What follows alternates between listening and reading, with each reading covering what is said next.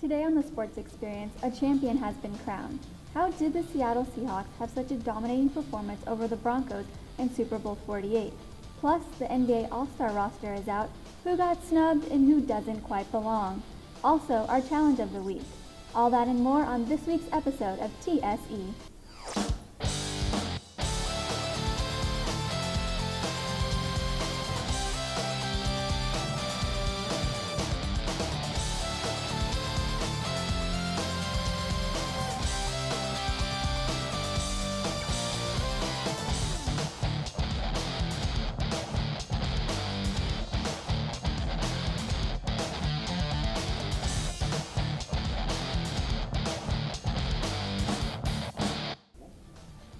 Hello everyone, and welcome to the Sports Experience, a show that looks at sports from a different perspective. I'm your host, Devin Truby. We are joined as always by our debaters, Brad Hagelin and Derek Pierce, here at Butch's Den on the WSU campus. We start our discussion about the blowout that was Super Bowl 48. How did the Seattle Seahawks dominate the Broncos, the most prolific offense in the NFL? Guys, what do you think? Well, this Super Bowl was definitely the true definition of defense wins championships. You had the Seattle Seahawks secondary with Richard Sherman only letting Eric Decker get one catch the whole game, Cam Chancellor breaking up passes all day, and then the defensive line for Seattle disrupting Peyton Manning and making him throw ducks, and defensive linemen, especially Cliff Averill, getting two tip passes, one of those which resulted in a defensive touchdown for Malcolm Smith. Exactly, the four down linemen definitely interrupted Manning's timing. Peyton Manning was awfully rattled from the start with the blown snap. He only had a QBR rating of 24. I mean, my goodness. His usual stats right there is about 83 for QBR right now. But I have to say, defense definitely did step up. You had Cam Chancellor, Malcolm Smith, Bobby Wagner, all had 10 tackles. Like you said with Cliff Averill, that pick six that led to Cliff Averill's tip pass, legitimate. It was awesome. The defense definitely did step up, especially with Legion of Boom right there. Cam Chancellor was a force to be reckoned with. The Demarius Thomas hit? Come on now. That just threw him off the game. Eric Decker, no show, like you said, only one catch, targeted to 5 times. So LOB definitely did their job. Big shout out to my boy, Byron Maxwell. The forced fumble at a key moment against Demarius Thomas as well. Seahawks did very good.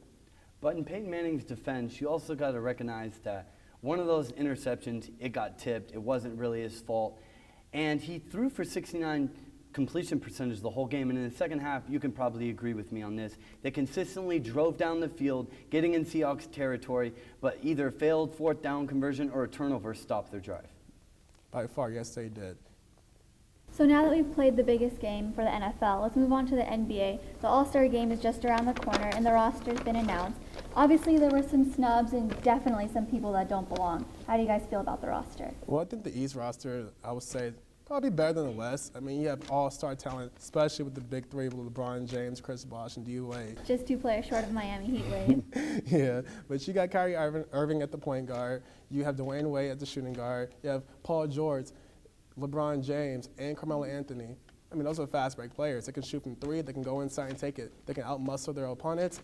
But the snub I have to go to probably would have to be Al Jefferson. He averages nearly 20 points a game and 10.5 rebounds a game. I probably have to take out, let's see here, Joe Johnson, let's see, because he only has a 16 PER, player efficient rating. And I would definitely agree with you, Derek. The East has so much more size than the West, but one thing the Western Conference has on their All-Star team is they have guards who can score, especially with Stephen Curry, the leader of the Golden State Warriors this year. Then also we got an injured Kobe Bryant. Then the top scorer in the NBA right now, Kevin Durant. Then Blake Griffin and Kevin Love. But the snub I have for the West would have to be Anthony Davis. I am very shocked that he didn't make the All-Star game. He had 20 points, 10 rebounds, and a league-leading 3.3 blocks per game. And if I had to take someone out for him, it would have to be Dwight Howard. And also for an injured Kobe Bryant, I think Goran Dragic should be in there. He's the leader of the Phoenix Sun, averaging 20 points a game and 6 assists. And Kobe Bryant has an all-star low 11 PER per game and only 13 points a game. Now, hopefully for all those players that were snubbed, now that they're on everybody's watch list, they can have a Stephen Curry story and make the All-Star game next year. Now, speaking of players, what do you guys think the most important matchups are going to be during the game? In my opinion, it have to be Paul George versus Kevin Durant. virtually the same size. However, Paul George is a little bit quicker. Pretty much everyone's stronger than Kevin Durant, so tall and skinny. But these two players would definitely go at battle and war, and it will be a great matchup between those two players. For my key matchup, I have Blake Griffin versus LeBron James. Both very physical specimens, taking the ball down low, can dunk it very well, and can also rebound the ball very well, and they both have size. It'll be a great matchup to see who comes out on top between those two. Moving back to football, NFL Commissioner Roger Goodell says that there's going to be a discussion in the offseason about getting rid of the extra point after touchdown. This takes us to our challenge of the week with field correspondent Adam Lowy and our challenge athletes. Adam?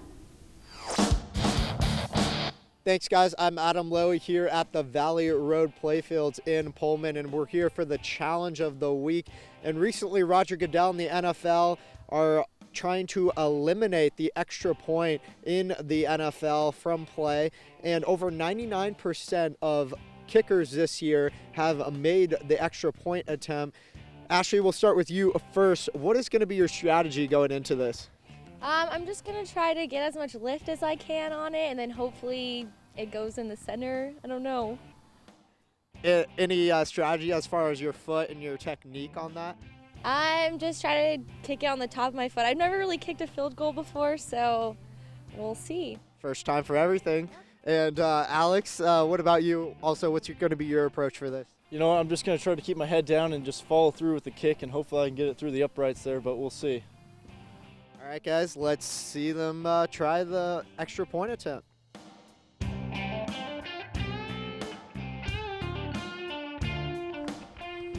Ashley's up first. No pressure. And she shakes it to the left on the first try. Hey, that was pretty good, though, for the first try. Just a little bit higher, a little more center.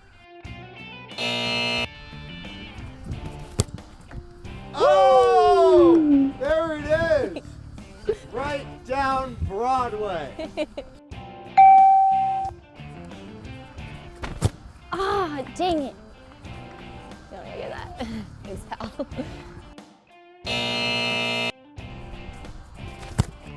Oh! That one felt good. Through the uprights and good. He's lefty now. And shanks it just to the right. Would have had the height, but just to the right. I feel like a Florida State kicker. It's up. Missed it to the right.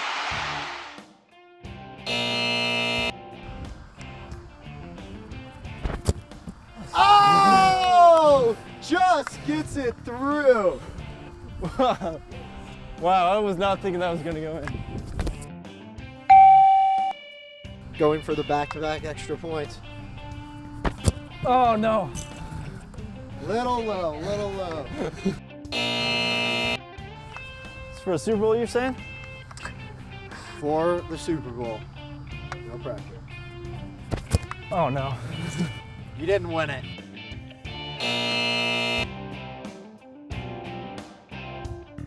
So Ashley and Alex, you guys both got a couple tries in at the extra point. Ashley, we'll start again with you. How'd it go for you? Well, I did do better than Alex. That was exciting. I was 2 for 4, I think, so pretty good. What do you think was the hardest part about it?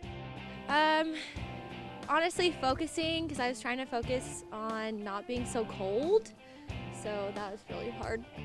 Any words for Roger Goodell then? It's maybe not as easy as it looks? Definitely not as easy as it looks, definitely.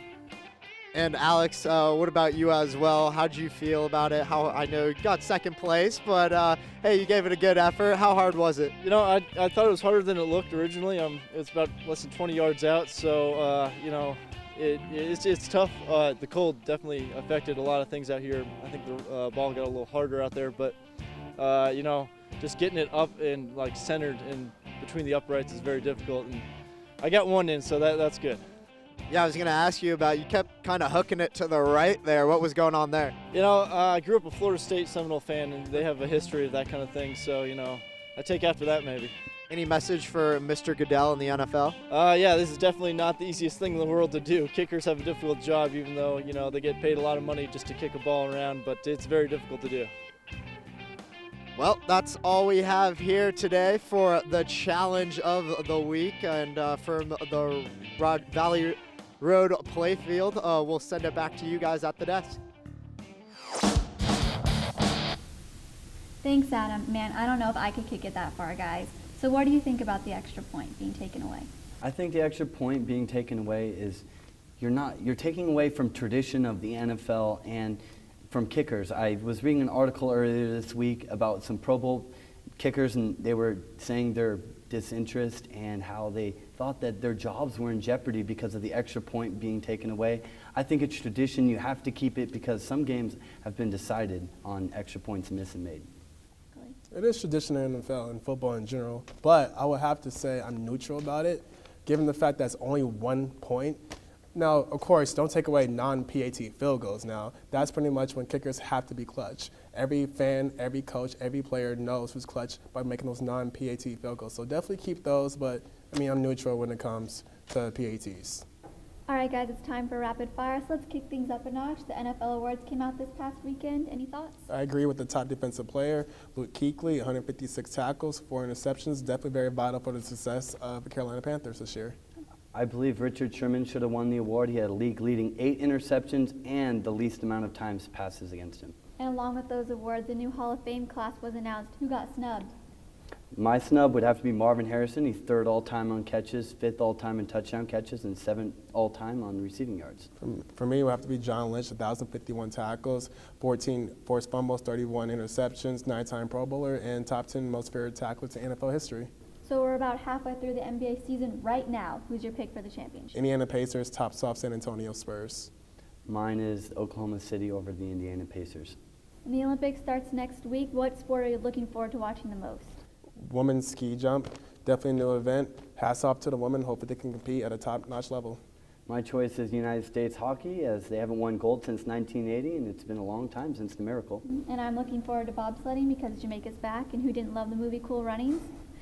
It might be off-season for MLB, but there have been a lot of big signings. What's your most impactful signing? My impactful signing would have to be the Yankees getting Brian McCann over from the Braves. For me, it would have to be Robert Cano, $24 million per year, adds hitting to the Mariners. This week's social media prediction is which conference will have the #1 college basketball team by our next show. Pac-12, Big Ten, ACC, or other? I'm going to have to go with the Pac-12 in Arizona because they're currently ranked 2nd in the entire country, 1 loss on their resume, and the rest of their schedule is not as difficult as other teams. I'm actually going with the SEC in Florida. They're currently 3rd right now. And the only other relevant team that's in the conference that's ranked is Kentucky at 18. It should be a relatively easy road for Florida. For me, it's Syracuse in the ACC. Head coach Jim Boeheim is on his way to the Hall of Fame, and Syracuse is currently undefeated. Tell us your prediction and tweet to us at TSC Cable 8.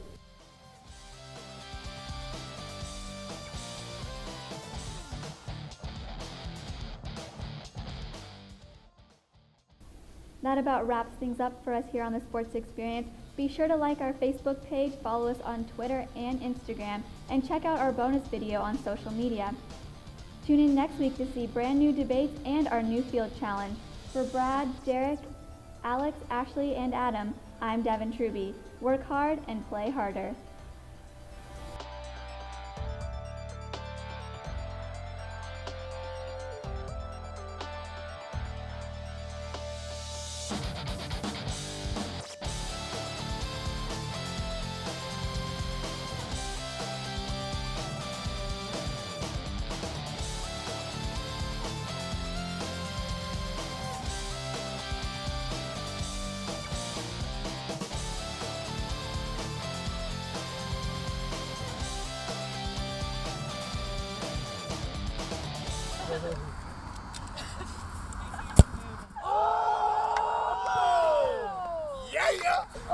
You got a kicker. Good, actually. Sign me up for the football team, man.